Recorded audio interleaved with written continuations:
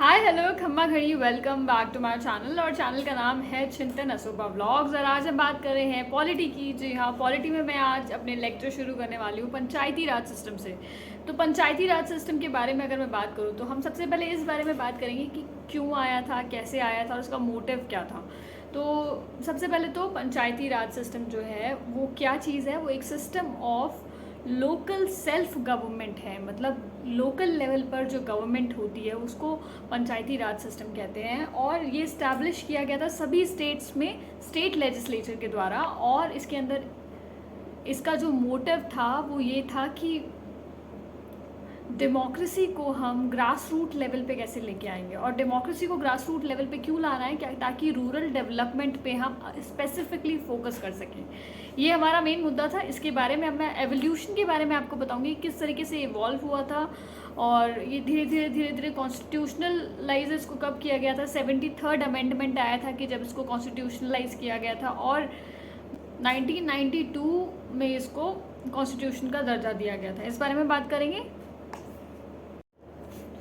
तो अब इसके एवोल्यूशन की जब हम बात करते हैं तो सबसे पहले तो बलवंत राय जी मेहता की कमेटी आई थी। वो आई क्यों थी? गवर्नमेंट ऑफ इंडिया ने एक कमेटी का गठन किया था, अपॉइंट किया था कि नेशनल एक्सटेंशन सर्विस और कम्युनिटी डेवलपमेंट प्रोग्राम जो 1952 और 1953 रिस्पेक्टिवली काम कर रहे हैं, कि वो किस तरीके से काम कर रहे हैं और हम उसको बेटर कैसे मैनेज कर सकते हैं। इसलिए एक कमेटी का गठन हुआ जिसका नाम था बलवंत राय जी मेहता कमेटी, जिसने अपने रिकमेंडेशंस दिए थे 1957 में।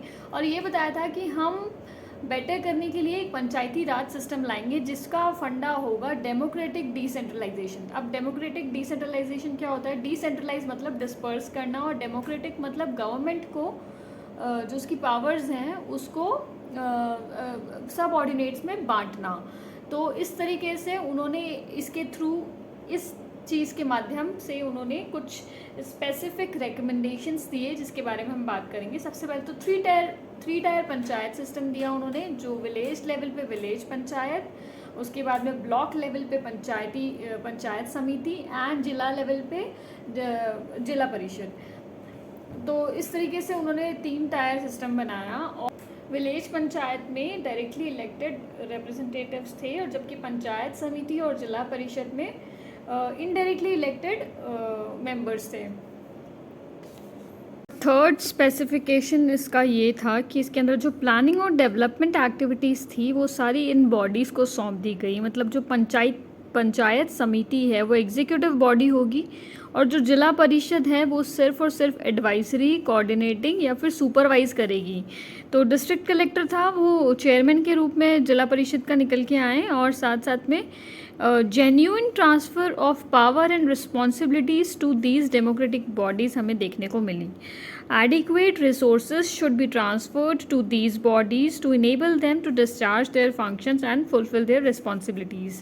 अब रिसोर्सेज क्या थे, लेकिन आज के टाइम में जब हम देखें तो फ़ंड का सबसे बड़ा प्रॉब्लम है। तो आप इसे लिख सकते हैं कि अगर आजकल लूप होल्स की बात करें तो ये बॉडीज़ इसलिए इतनी ज़्यादा इफेक्टिव नहीं रह गई है क्योंकि फ़ंड प्रॉपर हमारे पास नहीं है। हम डेवलपमेंट एक्टिविटीज़ में कैसे पार्टिसिपेट करें, हम कैसे डेवलप करें, रोड्स कैसे बनाएं, जब पैसा ही नहीं होगा, सरकार ऊपर से पैसा ही नहीं निकालेगी तो कैसे आगे बढ़ा जाएगा।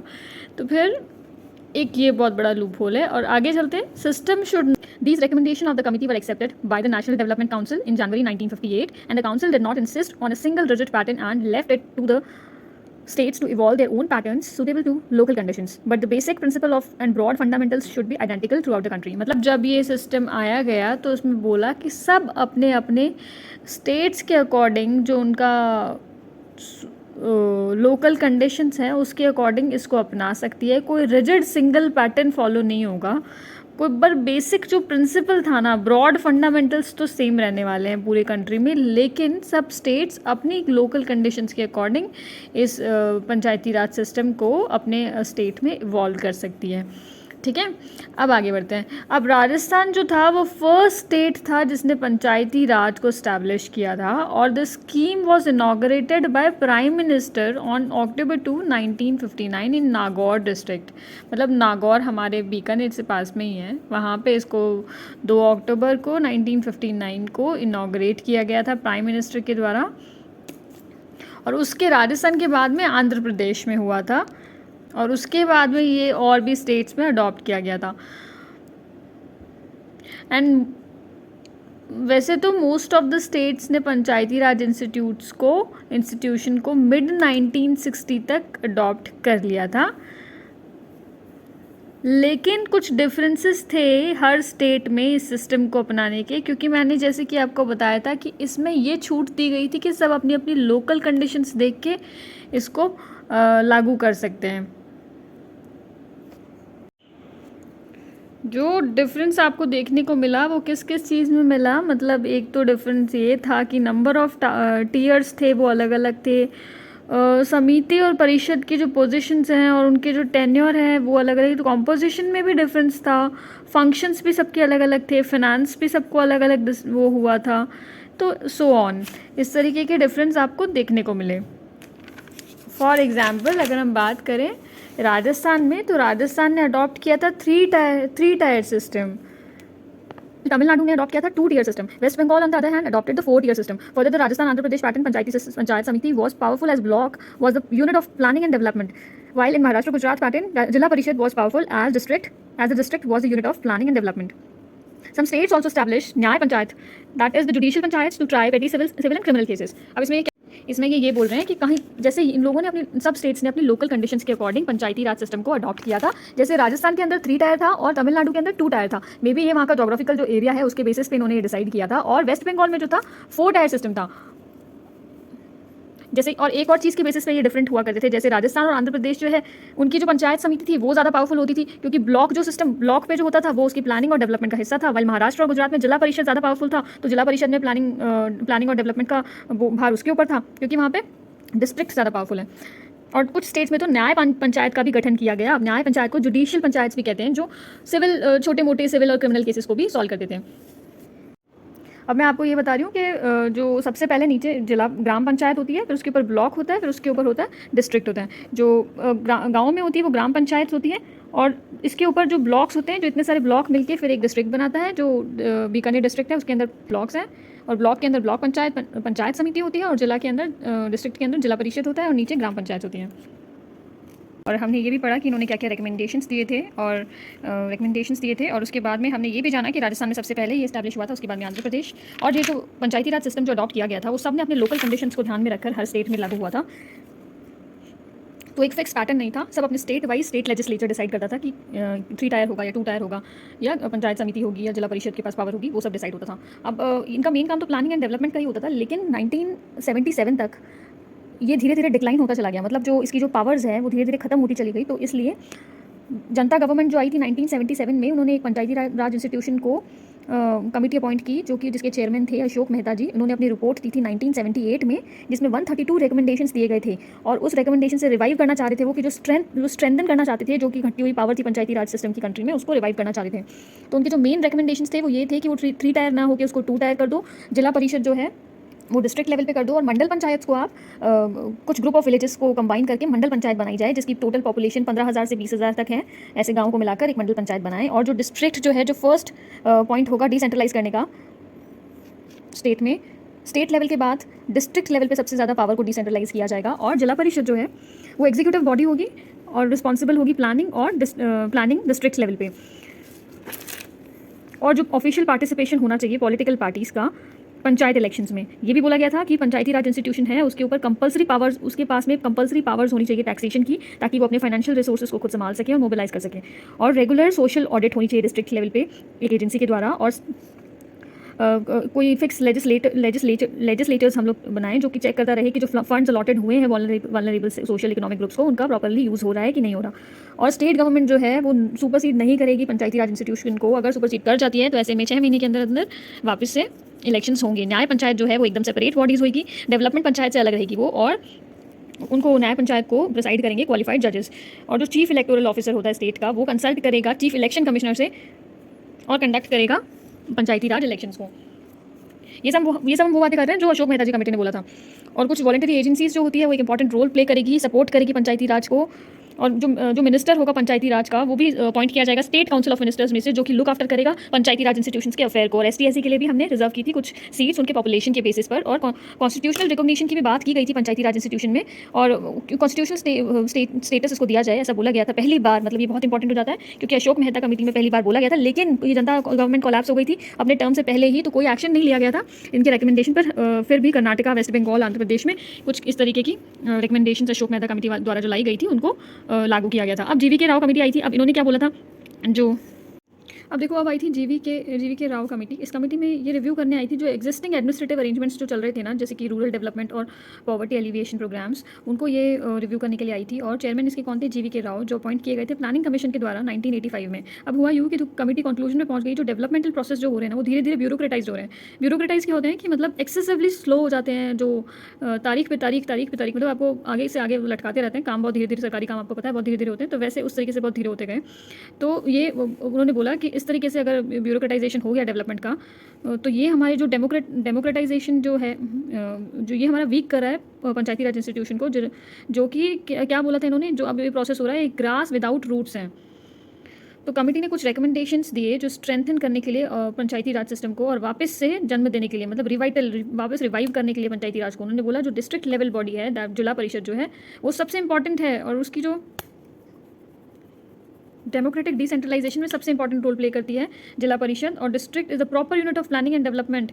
और ये भी बोला था जिला परिषद जो है वो प्रिंसिपल बॉडी है मैनेजमेंट की, सारे डेवलपमेंट प्रोग्राम्स की हर लेवल पे। और पंचायती राज इंस्टीट्यूशन जो है डिस्ट्रिक्ट और लोअर लेवल्स पे असाइन करने चाहिए important role that respect to planning, implementation, monitoring of rural development. मतलब प्लानिंग भी होनी चाहिए, इंप्लीमेंटेशन भी होना चाहिए, और उसकी मॉनिटरिंग भी होनी चाहिए रूरल डेवलपमेंट प्रोग्राम्स की, तब जाके हमारा काम बैठेगा। उन्होंने ये भी बोला था। और कुछ प्लानिंग फंक्शंस जो हैं स्टेट लेवल के वो ट्रांसफ़र कर दिए जाएँ डिस्ट्रिक्ट लेवल प्लानिंग पे, ताकि इफेक्टिव डिसेंट्रलाइजेशन हो सके प्लानिंग का। और जो post of district development commissioner था वो बनाई गई उस वक्त, और ही शुड वो क्या कैसे एक्ट, डिस्ट्रिक्ट डेवलपमेंट ऑफिसर क्या किस तरीके से एक्ट करेगा, वो चीफ एग्जीक्यूटिव ऑफिसर होगा जिला परिषद का।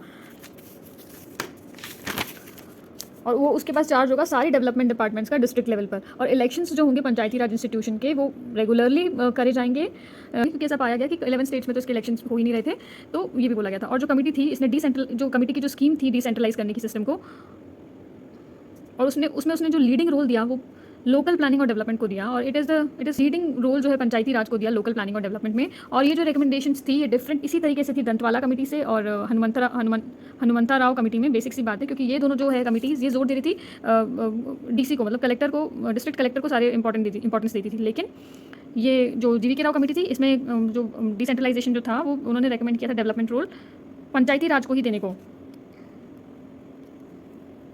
एंड उन्होंने बोला जो कलेक्टर होगा वो एक कोऑर्डिनेटर की तरह काम करेगा डिस्ट्रिक्ट लेवल पर सारी प्लानिंग एक्टिविटीज़ को। और इसके बाद में LM सिंघवी कमेटी आई थी, जो राजीव गांधी गवर्नमेंट लाई थी, उन्होंने अपॉइंट किया था उन्होंने एक कमेटी। और इसलिए वही मकसद सबका एक ही था, पंचायती राज को रिवाइव करना और डेमोक्रेसी और डेवलपमेंट को लागू करना लोकल लेवल पे। इसके चेयरमैन सीधी सी बात है LM सिंघवी होंगे, क्योंकि उन्हीं के नाम की कमेटी है। तो उन्होंने क्या रिकमेंडेशंस दिए थे, तो इन्होंने ये रिकमेंडेशन दिए थे कि जो पंचायती राज इंस्टीट्यूशन है ये कॉन्स्टिट्यूशनली रिकग्नाइज्ड हो, मतलब इसको कॉन्स्टिट्यूशन इसको प्रिजर्व करे, और इसका एक नया चैप्टर बनाया जाए कॉन्स्टिट्यूशन ऑफ इंडिया में, ताकि इसको आइडेंटिटी भी मिले और इसकी इंटेग्रिटी भी डिग्निफाइड हो जाए। और उन्होंने सजेस्ट किया था जो कॉन्स्टिट्यूशनल प्रोविजंस जो होंगे इसकी जो उसमें regular free and fair elections भी होने चाहिए पंचायती राज बॉडीज़ के लिए, न्याय पंचायत भी इस्टेब्लिश की जानी चाहिए, क्लस्टर ऑफ विलेजेस, मतलब एक ग्रुप ऑफ विलेजेस को मिला के ग्राम सभा बनाई जाए, और विलेज पंचायत के पास में मोर फाइनेंशियल रिसोर्सेज हों, जुडिशियल ट्राइब्यूनल्स भी हों हर स्टेट के अंदर, जो कंट्रोवर्सीज़ होती है इलेक्शंस को लेकर उसको रिजॉल्व करे पंचायती राज से रिलेटेड, और जो और भी मैटर्स हैं या उनकी फंक्शनिंग है उसके बारे में भी काम करें। इसके बाद में ठंगन कमेटी आई। ये कमेटी 1988 में आई थी, और इसमें जो कमेटी के जो चेयरमैन थे वो PK ठंगन ही थे। इन्होंने पॉलिटिकल और एडमिनिस्ट्रेटिव स्ट्रक्चर को भी वो पंचायती राज के लिए कुछ रिकमेंडेशंस दिए कि कॉन्स्टिट्यूशनली रिकॉग्नाइज होनी चाहिए, 3 टायर सिस्टम पंचायती राज का होना चाहिए, विलेज, ब्लॉक और डिस्ट्रिक्ट लेवल पे। जिला परिषद जो है वो इंपॉर्टेंट रोल प्ले करेगी पंचायती राज में, और वो प्लानिंग और डेवलपमेंट की सबसे इंपॉर्टेंट बॉडी होगी डिस्ट्रिक्ट में। पंचायती राज बॉडीज़ जो है एक फिक्स टेन्योर, मतलब कि 5 साल के लिए काम करेगी। मतलब प्लानिंग और कोऑर्डिनेशन कमेटी सेट होनी चाहिए स्टेट लेवल पर, कोई भी मिनिस्टर की चेयरमैनशिप पे प्लानिंग के लिए, और प्रेसिडेंट जो होगा जिला परिषद का वो उसके मेंबर्स होंगे।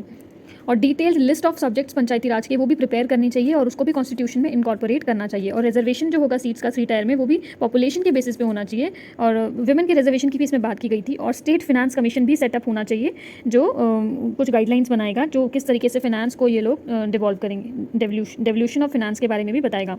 और डिस्ट्रिक्ट कलेक्टर जो है वो चीफ एग्जीक्यूटिव ऑफिसर जिला परिषद का काम करेगा। इसके बाद में आई गाडगिल कमेटी। ये सबसे इंपॉर्टेंट है क्योंकि इस कमेटी के जो प्रोग्राम्स और पॉलिसीज़ थी वो 1988 में कांग्रेस पार्टी वीएन गाडगिल के अंडर में लेके आई थी। जिस कमेटी ने बोला था, इस कमेटी से ये बात हमने मतलब इस कमेटी से हम ये चाहते थे कि इफेक्टिवली हम पंचायती राज इंस्टीट्यूशन को कैसे लगा सकते हैं। तो इस कॉन्टेक्स्ट में इन्होंने फॉलोइंग रिकमेंडेशंस दिए थे कि कॉन्स्टिट्यूशनल स्टेटस देना है पंचायती राज इंस्टीट्यूशन को। और उसके बाद 3 टायर सिस्टम की बात भी इसमें की गई थी, विलेज, ब्लॉक और डिस्ट्रिक्ट लेवल पे। और पंचायती राज इंस्टीट्यूशन का जो टर्म होगा वो 5 ईयर्स होगा, ये भी बोला था। और members of panchayat at all the 3 levels should be directly elected. इन्होंने बोला डायरेक्ट इलेक्टेड होंगे। और मैंने आपको क्या बताया, डायरेक्टली इलेक्टेड सिर्फ विलेज में होंगे, बाकी ब्लॉक और डिस्ट्रिक्ट लेवल पे इनडायरेक्टली था, पहले ये बताया था ना। तो अब इसमें रिजर्वेशन की भी बात की है, ST, SC और वुमेन की।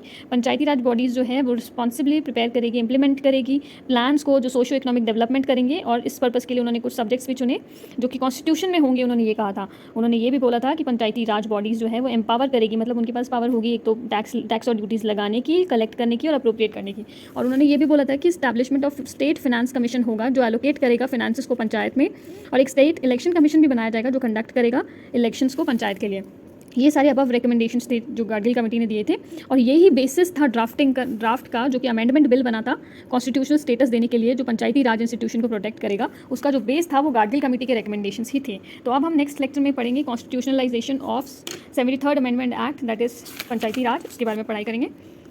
और आप जुड़े रहिए। आपको ये लेक्चर कैसा लगा आप मुझे बताएं। मैंने आज आपको पंचायती राज इंस्टीट्यूशन के बारे में बताया और जो कमेटी से रिलेटेड थी उसके रिकमेंडेशंस के बारे में भी बताया।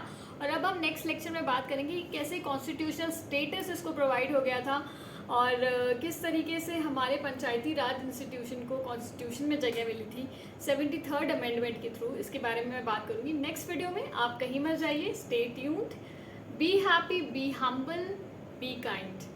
Thank you so much for watching this video. Stay tuned for next video. आपको अगर मेरे नोट्स चाहिए तो मैंने टेलीग्राम पे एक चैनल बनाया है, अगर आप कहेंगे तो मैं आपको प्रोवाइड कर दूँगी। UPSC विद चिंतन असोपा चैनल का नाम है, आप उसमें मुझे नोट्स मांग सकते हैं। और आपको जो भी रिक्वायरमेंट है, अगर मैं कुछ हेल्प कर सकूँ तो please ask. Thank you so much. Please अगर आपको अगर मेरा लेक्चर पसंद आया तो like, share and subscribe. Bye bye.